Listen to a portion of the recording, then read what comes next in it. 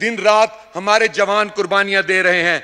मैं अपनी नई नस्ल को आज ये बता देना चाहता हूं कि सुनो, माई न्यू जनरेशन, मेरे नए जो नौजवान आज दुनिया के ऊपर आंख खोली है, जिन्होंने मुसल्लह अफवाज पाकिस्तान के इस्तेहकाम की अलामत है। बच्चों तुम बच्चों का ताबनाक मुस्तकबिल अगर है तो वो इन मुसल्लह अफवाज की वजह से है। मैं इसराइल, हनूद, यहूद, नसारा जो पाकिस्तान को कमजोर करने के लिए साजिशें कर रहे हैं और अपने जिन मकासद का वो हसूल चाहते हैं, उनकी राह में सबसे बड़ी रुकावट पाकिस्तान की फौज है। सर, बदकिस्मती से तरक्की और इस्तेहकाम के सफर को रोकने के लिए और भारत को खुश करने के लिए आलमी कुव्वतें जो बरसरे पैकार हैं पाकिस्तान के खिलाफ, मसलन सी पैक पाकिस्तान की लाइफ लाइन है, बच्चों का मुस्तकबिल है। आलमी कुव्वतें भारत के ईमा पर इसके रास्ते में रोड़े अटका रही हैं, नाकाम बनाने के लिए अमल पैरा हैं। मगर सर, ऐसा इंशाल्लाह ताला मिस्टर स्पीकर नहीं होगा। मैं पाकिस्तान को कौम को बताना चाहता हूं कि ऐसा क्यों नहीं होगा।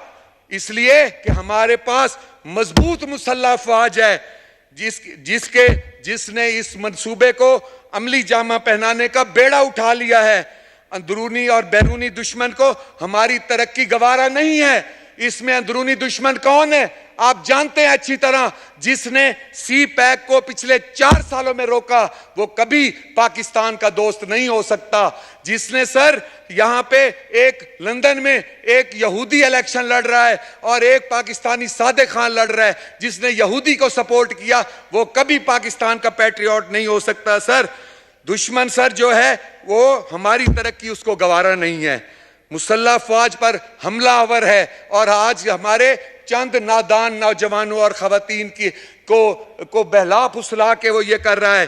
Sir, social media, electronic media, international forum मुसल्लह अफवाज के खिलाफ प्रोपोगंडा और आलाकार जो बना हुआ है, हमारी नई नस्ल जो है सर, उसको होश के नाखून लेने चाहिए। सर, कल खान साहब ने, मैं आप एक बात बड़े अफसोस से कहना चाहता हूं कि जमान पार्क में 9 मई के हंगामे के लिए खान साहब ने वहां पे गायबाना नमाज जनाजा का इनकाद किया। सर, मैं आपको गौर से ये आपका mister speaker, I need your special attention on this issue कि उन्होंने गायबाना नमाज जनाजा का इनकाद किया, जबकि आज तक हमने नहीं सुना कि कोई एक भी पीटीआई का रुकन कोई अल्लाह को प्यारा हुआ हो। अगर सर अल्लाह को प्यारा हुआ होता ना, ये उसकी बॉडी उठा के ना पूरे मुल्क में फिर रहे होते। एक कोई ऐसा वाकया नहीं हुआ और फिर उसकी गायबाना नवाज जनाजा, और इस बात का ये सबूत है कि वो गायबाना नवाज जनाजा एक फ्रॉड था, क्योंकि इमरान खान साहब ने खुद जमान पार्क के अंदर नमाज जनाजा में शिरकत ही नहीं की।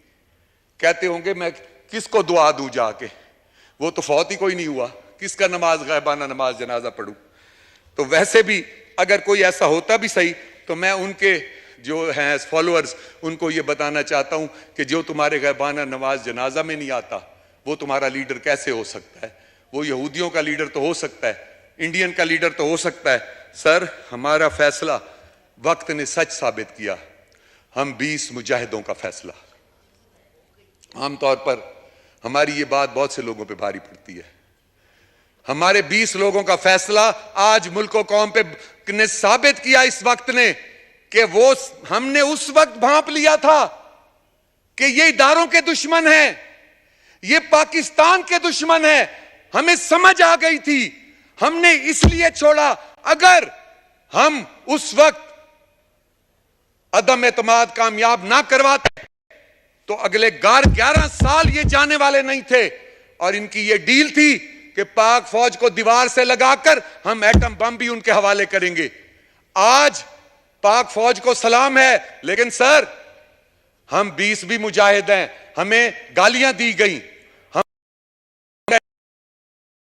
बारे में बातें की गई, हमारे घरों पे हमले किए गए।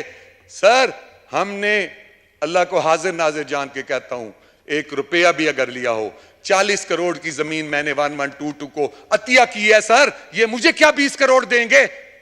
ये मुझे क्या 20 करोड़ देंगे? आज मैं वहां पे 1122 सेंटर बन रहा है मुल्तान के सिविल सेक्रेटेरिएट के सामने, मैं मौके पे दिखाता हूं। अगर ये झूठ हो तो मैं सियासत छोड़ दूंगा।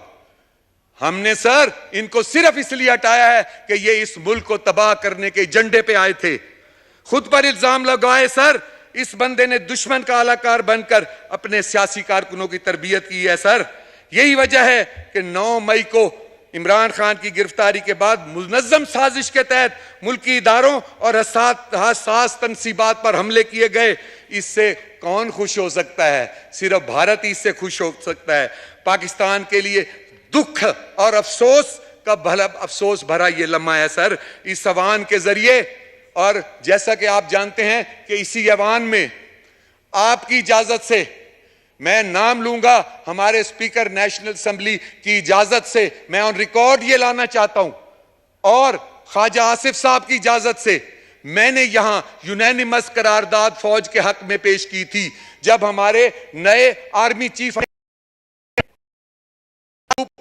presented in this house the resolution for Pak Army और उसके लिए यूनैनिमसली पास किया गया। मेरे स्पीकर साहब ने इसमें सपोर्ट किया और ख्वाजा आसिफ ने मुझे इसके लिए सपोर्ट किया था। आज के दिन मैं उसका शुक्रिया अदा करना चाहता हूं सर। सर मैं आप आखिर में एक आखिरी बात करके, मुझे समझ आ गई सर, मैं इजाजत लेना चाहता हूं कि सर मेरी जब भी कोई तकरीर शुरू होती है, मेरी तकरीर के शुरू में भी गरीब होता है, मेरी तकरीर के आखिर में भी गरीब होता है। इसलिए सर कि वो गरीब जो सुबह को मजदूरी करने जाता है और शाम को वापस आता है, पहले उसकी मजदूरी नहीं लगती थी सर, तो वो कहीं से उधार उठा के भी गुजारा कर लेता था, लेकिन वो भूखा सोता है सर, उसकी बदुआ अर्श पे जाती है। वो बदुआ इन साजिशों को लगेगी सर जो हर वक्त मुजाहरे करके, अब सर कल भी एक मुजाहरा हुआ है यहाँ पे, कल भी एक यहाँ पे एक धरना हुआ है सर। मैं सुबह कुदरती अपने पार्लियामेंट लॉज से निकला हूं तो मैं उसी तरफ गया तो खुदा की कसम लगता था कि यहाँ ऐसे साफ सुथरा हर चीज ऐसे पड़ी थी जहां कोई कल यहाँ पे कोई लाखों बंदे थे ही नहीं। ऐसे लग रहा था कि यहाँ कोई आया ही नहीं है।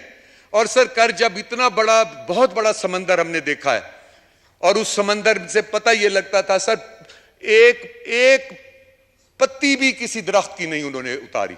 ये होता है सर धरना, ये होता है धरना। और अल्लाह रहम करे ये वो धरना था जो पाकिस्तान के मुहिब्बे वतन लोगों का था। और इसी इस्लामाबाद में धरना हुआ था सर, इसी इस्लामाबाद में आग लगाई गई थी। कौन आग लगा सकता है? इंडिया का एजेंट आग लगा सकता है, यहूदियों का एजेंट आग लगा सकता है, पाकिस्तानी नहीं कर सकता ऐसे सर। मैं सर आखिरी बात करके आपसे इजाजत चाहता हूं। मेरा गरीब सर भूख से मर रहा है। मैं हाथ जोड़ के अपील करता हूं, पीडीएम से मैं हाथ जोड़ के अपील करता हूं, तमाम सियासी जमातों से, और अगर इमरान खान साहब एजेंट नहीं है यहूदियों के, एजेंट नहीं है इंडियंस के, तो मैं उन्हें आज चैलेंज करता हूं कि वो इलेक्शन के लिए ना बैठे, क्योंकि हर इलेक्शन के बाद महंगाई बढ़ जाती है। वो चार्टर ऑफ डेमोक्रेसी के लिए बैठे पीडीएम के साथ और 10 साल का चार्टर ऑफ डेमोक्रेसी बनाएं बैठ के, और ऐसा चार्टर ऑफ डेमोक्रेसी हो जिस तरह आर्मी के मामलात को कोई इंटरफेयर नहीं करता, उस 10 साल की चार्टर ऑफ डेमोक्रेसी को no one should interfere in that. और सर आखिरी बात कि मैं गरीब के लिए 2018 की रेट की आपसे रिक्वेस्ट करता हूं कि उस चार्टर ऑफ डेमोक्रेसी में 2018 के आटा दाल घी चीनी के रेट दिए जाएं। And sir at the last I thank you for your time, for your patience and the respect you have given to me. I'm thankful to you, sir. Thank you very much.